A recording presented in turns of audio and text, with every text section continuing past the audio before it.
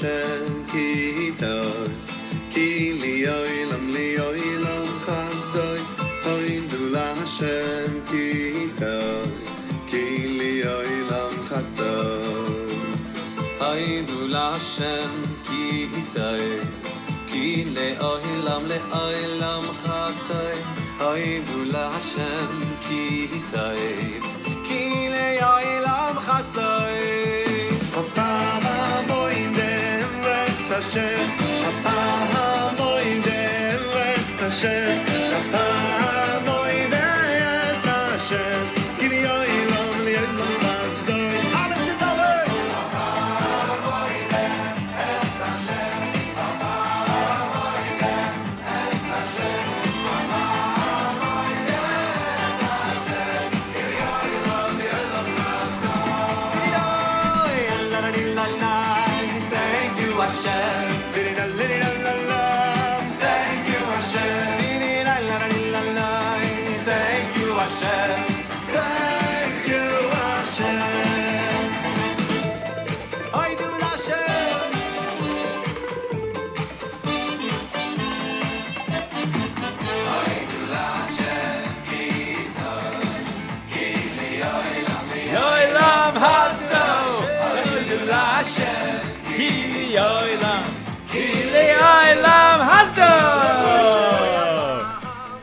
A Shavua Tov, a good week, a good vach. It's so good to be with you, my holy sisters and brothers. That is Moshe Storch singing his song, Thank You, Hashem. I hope this is going to be, may God bless us with a great week, and I hope you had a great Shabbos and a week that will follow it up with more blessings. Let's light up the darkness. Who's with us this evening? Let's check as we enter a new week. Melissa Itel-Jurin says shalom and good evening from Great Neck, New York. Sandy McMurray is with us. Good evening from Michigan. Dale Shaley Shapiro with us from Pulaski, Tennessee. Gwen Strong says happy Shabbat. Paula Schmidt-Klauser, shalom from Chicago. Gwen Strong from Michigan. Bryna Bloomfield says Shavua Tov from Massachusetts. Philip Kaufman is with us from Skokie, Illinois. Karen Brown from Leawood, Kansas. Bill Eldridge says, Happy Shabbos! Giving thanks tonight, I passed my foreign language certification in Spanish, which is the last thing required for my MA program before I can start my thesis in September. Muchas felicidades, Bill!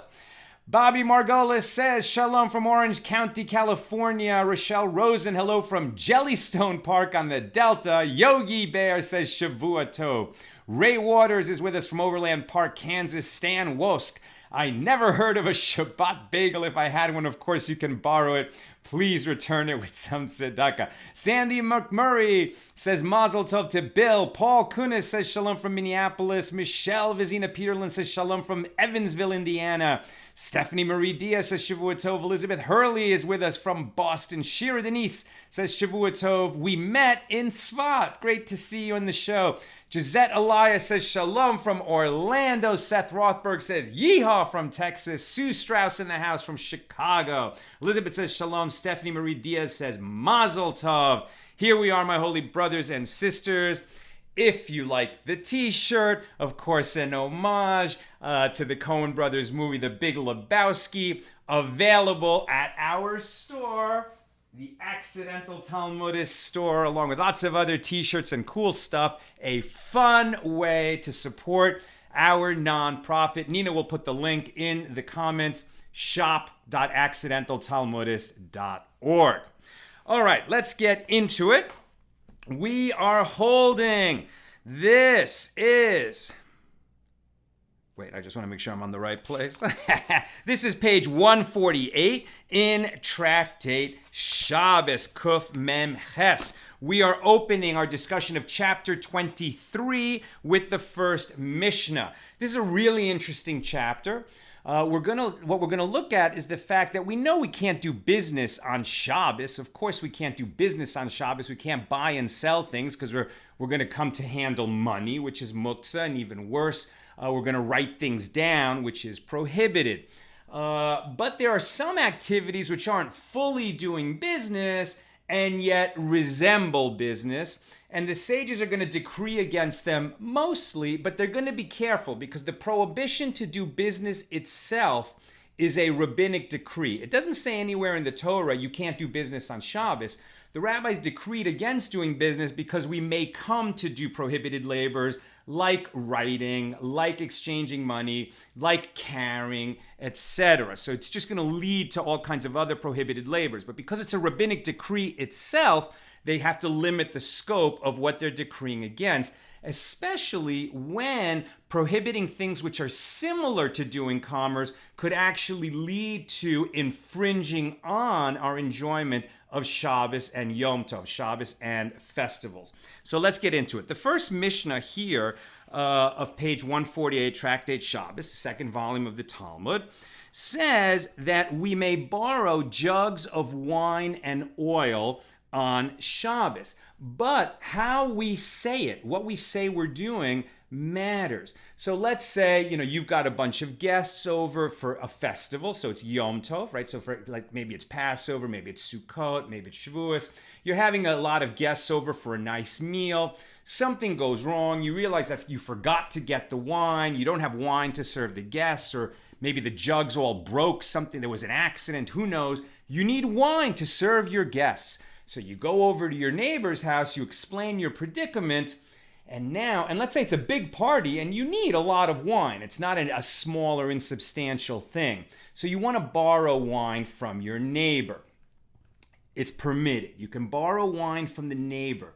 But there's going to be a distinction between the terminology used. Here we're translating into English so we understand that there's two different terms, but it feels a little different in Hebrew. So what the Mishnah says is you cannot say to the neighbor, loan me jugs of wine. You can say, may I borrow? Now, the difference between loaning and borrowing, aside from the direction of the transfer, is the formality that's implied. When you use the words loan me in Hebrew, that term more connotes that this is going to be, with terms and over a period of time. There's going to be like a large amount of stuff. It's going to be borrowed for a certain amount of time, an extended amount of time perhaps, and we're going to need a contract, right? So this is something that's going to get written down. But if it's more in the nature of going to the neighbor, hey, I have a problem, can I borrow a few bottles of wine, a few jugs of wine, even if it's a lot of wine, but it has this connotation that it's just, I had a problem today. As soon as the holiday's over, I'll go get all that, I'll go purchase as much wine as necessary to replace it and give it back to you. It's a much more informal type of arrangement. That's permitted, whereas the language of loan me, as we'll see, is going to be prohibited. Likewise, if we're in a situation where somebody needs to borrow some object so that he can enjoy Yom Tov, so he can enjoy the festival, and it's not such a good friend. It's a neighbor, but not a friend. It's an acquaintance, and they don't have such a good relationship, such an old and established relationship where the lender would have reason to just find the borrower totally trustworthy. So the borrower can even leave his cloak as collateral. But as we'll see, you can leave the cloak as collateral, but you can't come to terms on the price. You can't haggle, you can't do business.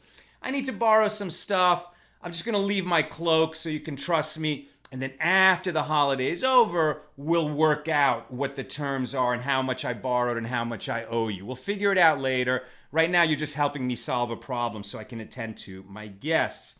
And likewise, this will apply even if we have a situation where Passover starts on a Saturday night. So in ancient times, when the temple was standing, the way we celebrated Passover, if possible, is we go to Jerusalem, and as a group of people, we're registered to share the Paschal lamb together. The Paschal lamb was an offering that you slaughter in Jerusalem the day before the Seder is that night. So it's actually Erev Pesach. It's the day before Pesach. Since every Hebrew day begins at nightfall, the day before that nightfall is like the previous date on the calendar. That's when we slaughter the Paschal lamb, and then we roast it whole, and then we eat it that night as part of our Seder. We no longer do that since we don't have the temple in Jerusalem.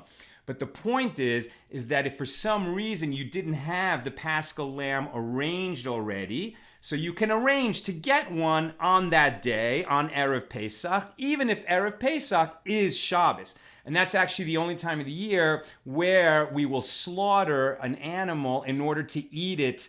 We actually eat it after Shabbos, but normally we don't slaughter animals unless it's for an offering in the temple that the priests give, but not for ourselves, except on Erev Pesach.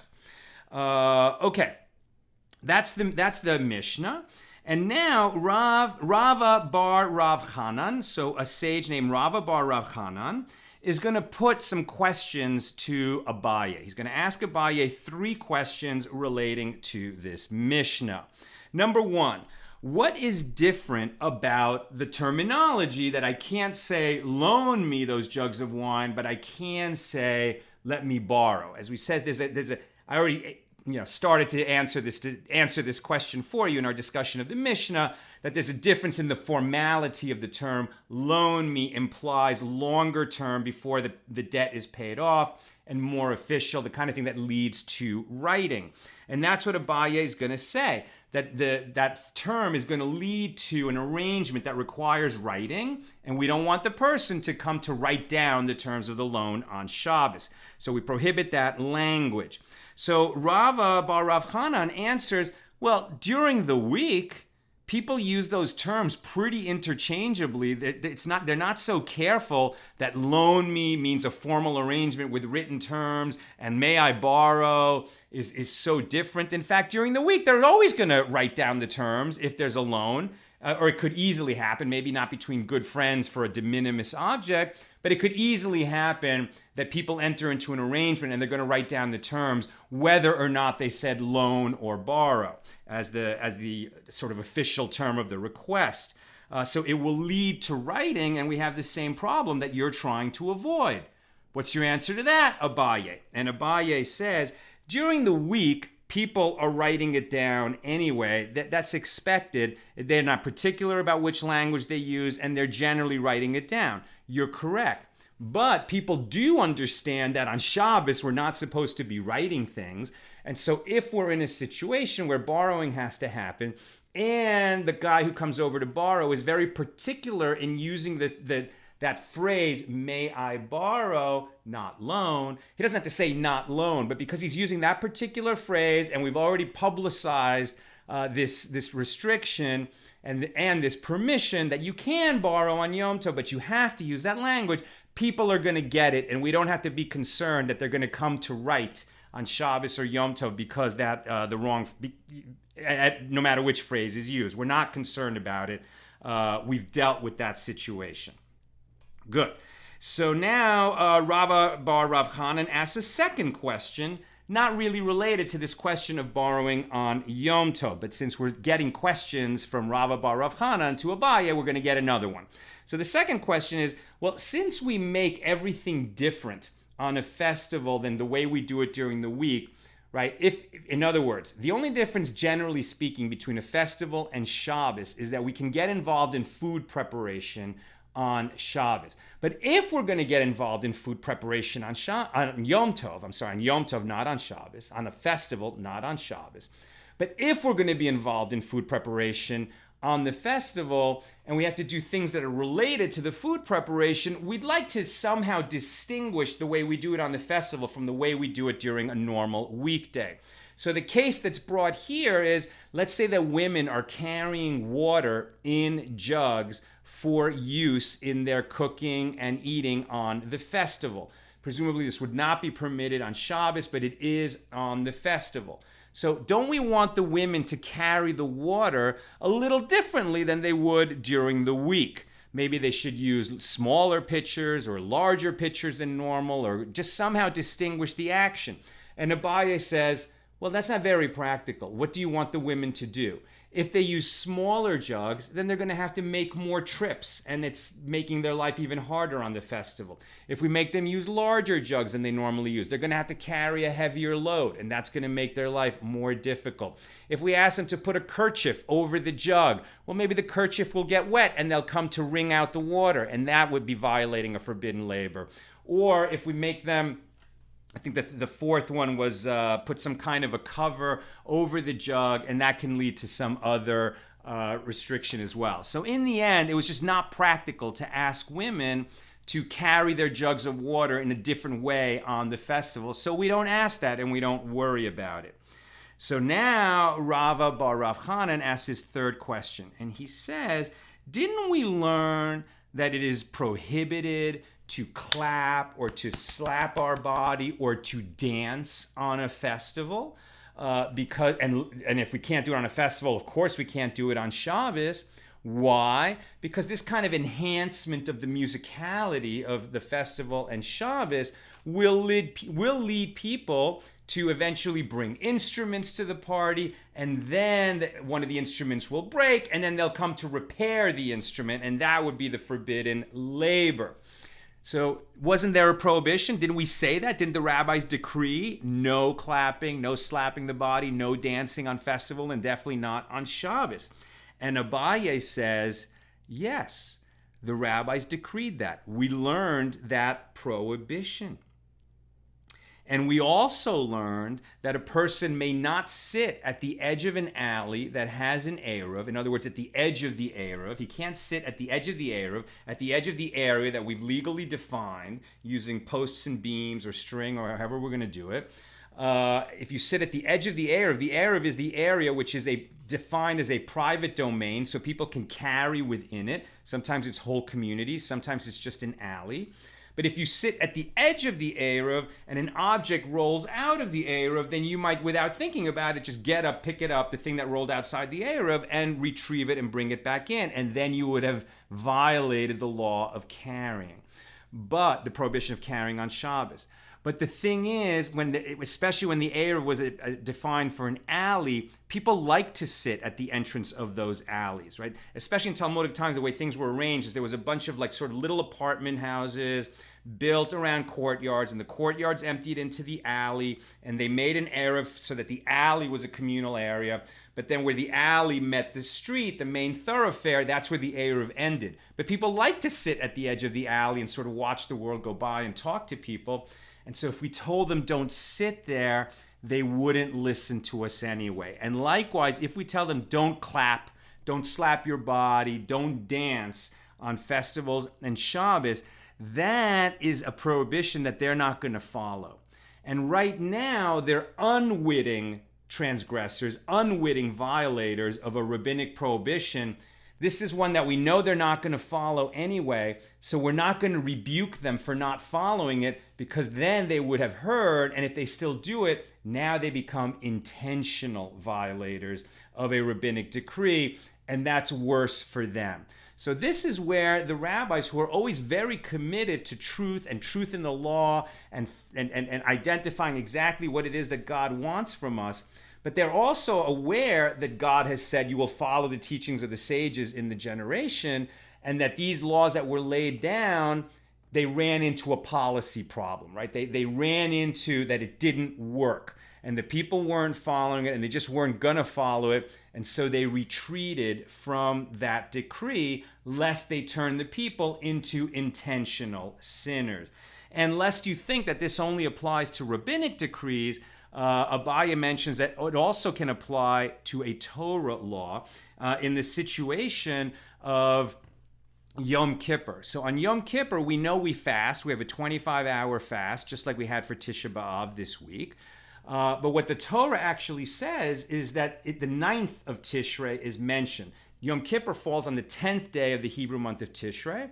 But the fast has to begin on the 9th day. So you have to, that's why it's a 25-hour fast. It's not just about the restrictions of whether nightfall has brought in the new day or not, and there's ambiguity. It's important that you leave a little bit of time on the day before Yom Kippur where you've stopped eating and evening hasn't quite come yet. The fast has to start on the 9th. But what they observed is that people were eating right up until the last moment so that they would have, a shorter fast, essentially. and it would be impossible to stop them from doing that. And so there, right, if people violate that law, they would become liable to the sin offering, etc., for the unwitting transgression, but at least there's a way out. If they are intentional sinners about that, then the punishment is worse. It's excision at the hands of heaven, like that you would die young. So they realized that in these cases, and there's not many of them, but in a few of these cases where it's just clear that the people weren't going to follow it, better to leave them alone, and that they should be unintentional sinners rather than intentional sinners. This is not some kind of blanket prohibition to everybody who ignores the rabbis. It's not. But there were just a few situations that they identified according to this principle. Okay. Going back to the subject of borrowing loaves of bread, here we're going to be introduced to an idea that's going to come up quite a bit later in the Talmud, but it's the first time that we're encountering it in our journey through tractate Brachos, blessings, the first volume of the Talmud, and now Shabbos. So Hillel, the sage Hillel himself, not Beis Hillel, the followers of Hillel, but Hillel himself had a disagreement with the rabbis on the subject of borrowing loaves of bread. Now, the law actually went with the rabbis, but what Hillel said is people should not borrow loaves of bread from each other and say, I'm going to pay you back with a loaf of bread. Why? Because if you borrow a loaf of bread on Tuesday, intending to pay it back, let's say next week, and I'll hook you up, I'll make you nice loaves of bread next week, and you're going to pay back with loaves of bread that are the same size as what you borrowed, but a week later, the price of wheat has gone up. So if the price of wheat has gone up, especially if it's any kind of substantial rise, then the person who borrowed will be paying back something that is more valuable than what he borrowed. In that situation, if one Jew borrowed from another, he would have violated the prohibition on usury, right? In other words, he would have paid back with interest. They didn't do it on purpose. The arrangement wasn't to get more than the lender lent. He just lent a loaf and wanted to get back a loaf. But because the value went up, he's actually getting back something more valuable. It wasn't the intent, but it happened. And Hillel said we should rule against that so people don't get in that situation. But why? But shouldn't we just let it happen anyway? Well, so people can borrow, so people can lend, people want to have loaves. We don't want to create a situation where people are afraid to borrow things that are going to promote the enjoyment of the festival. And so the rabbis said this is really a de minimis situation, especially in areas where loaves basically have a standard price. It's not going to change so much from one week to another, and people are not particular about the value of loaves. And so we're not going to say that, because the way around it would be, okay, I need to borrow some loaves of bread from you. Let's agree on how much they're worth today, and I'll pay you back in money next week. Right? So that way they would get away from this problem of potential usury. But the rabbi said that's really not necessary. Loaves are all slightly different sizes. It's not going to matter. We're not going to be that particular. I should also say that there was another point that was made originally about this idea of loaning versus borrowing according to the Mishna. And that is, Rav Yosef said, that if you borrow from your neighbor on Shabbos, right? So let's say you borrow jugs of wine because there's a party at your house and your wine jugs broke. So he says, since you borrowed it on Shabbos, and we're allowing you to do that, as long as you say, may I borrow, not loan me, that it's informal, not formal. So then that loan is not going to be enforceable in court. If the borrower ends up not returning the jugs, the lender is not going to be able to bring the borrower to court to enforce the loan because it was that kind of informal loan, says Rav Yosef. And who was it that answered him? Rabbah. So Rabbah says to him, and Rav Yosef says, and the reason we don't want it to be enforceable in court is because we want to keep it informal. And if it's going to be enforceable in court, then they're going to be much more likely to write down the terms, which is what we want to protect them from, that they shouldn't get involved in writing on Shabbos. Rabbah's answer to Rav Yosef is, but if we don't let people lend in a way that would be enforceable in court later, then people won't lend. And so somebody who needed for the enjoyment of Shabbos or for the enjoyment of a festival wouldn't get what he needed because we said that generally it's not enforceable in court. And so the answer is it is enforceable in court. The whole thing should be a friendly exchange between neighbors. You just get what you need. You repay it after Yom Tov. You figure out, if there's a discrepancy in the value of what you borrowed between and what you're going to pay back, you figure it out after Shabbos or after the festival. But what we don't want to do is create a situation where, because we're protecting people from getting involved in these business transactions, that in the end, the festival or the Shabbos itself suffers because people won't help you get what you need when there's a problem at the last minute and you need to borrow. And finally, and now I'll take questions and comments, just one last teaching. Rabbi Yochanan brings down at the end of our daf, the end of our page, in the name of an anonymous Mishna, so accepted by the sages, that we may not on Shabbos or a festival, we may not do it on a festival, and especially not on Shabbos, we can't consecrate items. We can't say that I'm going to donate this much money to a good cause, right? We don't consecrate that.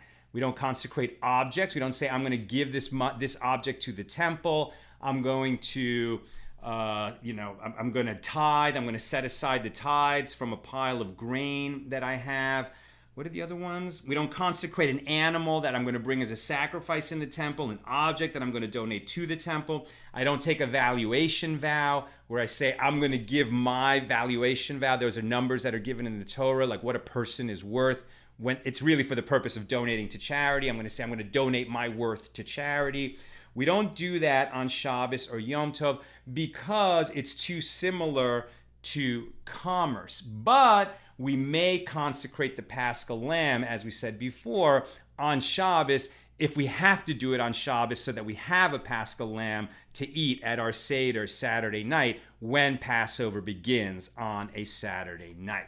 Okay, that's what I've got for us today. I think the takeaway, just so we understand, is we're going to limit anything that is business or feels like business, but there's going to be limitations on that limit so that we don't actually end up infringing on our enjoyment of Shabbos and the festivals. Okay.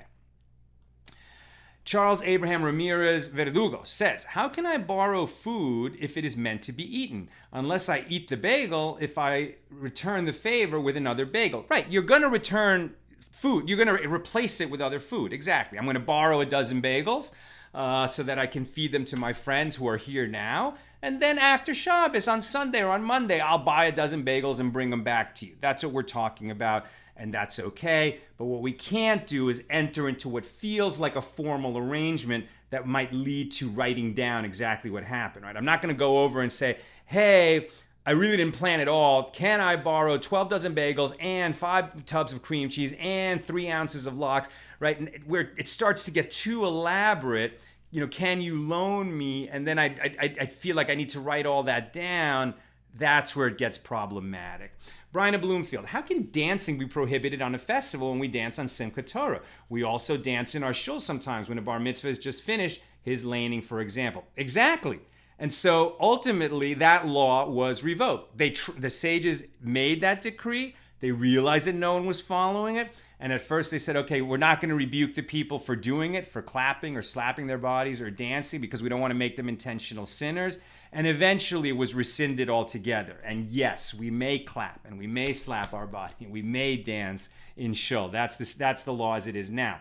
But we still may not bring musical instruments to shul or even use them at shul on the festival, on Shabbos or the festival. We sing, we don't use instruments. Bill Eldridge, it seems the sages have managed to work out one of the most ancient and venerable maxims of command. Never issue an order that won't be followed. Exactly, just so. That's very important, right? If you know that it's not going to be followed, then there's a problem in the order that you're issuing. You're going to, as a policy matter, there's a big problem, and you need to think that through. And so often we see the law of unintended consequences, right? So often governments issue laws meant to protect us, And they're doing it, with a good reason, a good motive, but it ends up creating an unintended problem. The sages had, 1,000 years to work out a lot of these things. And so they experimented with certain decrees that over time they had to modify. And finally, Lynn says, I appreciated Abaya's defense of the women not needing to carry water in some impractical way. If the guys tried to carry water in an odd way, it would not last a minute. Very good. And that was a real thing. I mean, the sages, because their area of study is all human endeavor. That's why the Talmud is so vast. They need to figure out what is the righteous, good, godly way. How do we do God's will in every single area of our lives? And in order to be able to pass those decrees and pass decrees that were going to work, that were going to keep people from violating Torah laws, and that they were going to follow, and that were going to make sense, and that were going to make sense over time, they had to become students of humanity, right? Of the community. They literally would go out and see how people behave and what they do so that they could pass laws as needed. This is not just regulating commerce. It's observing how we live every aspect of our lives and asking what is the righteous way to do this, that, or the other thing. Okay, that's what I've got for us this evening. Tomorrow we'll continue with page 149. Thanks for being up late. You are a diligent student of Torah. If you're up at this hour and you're on the East Coast or in Europe, it's crazy how late or early on Sunday it must be. And we honor you for your effort. If you like the t-shirt, you can get it at shop.accidentaltalmudist.org. It supports our nonprofit organization, and it's a great and fun way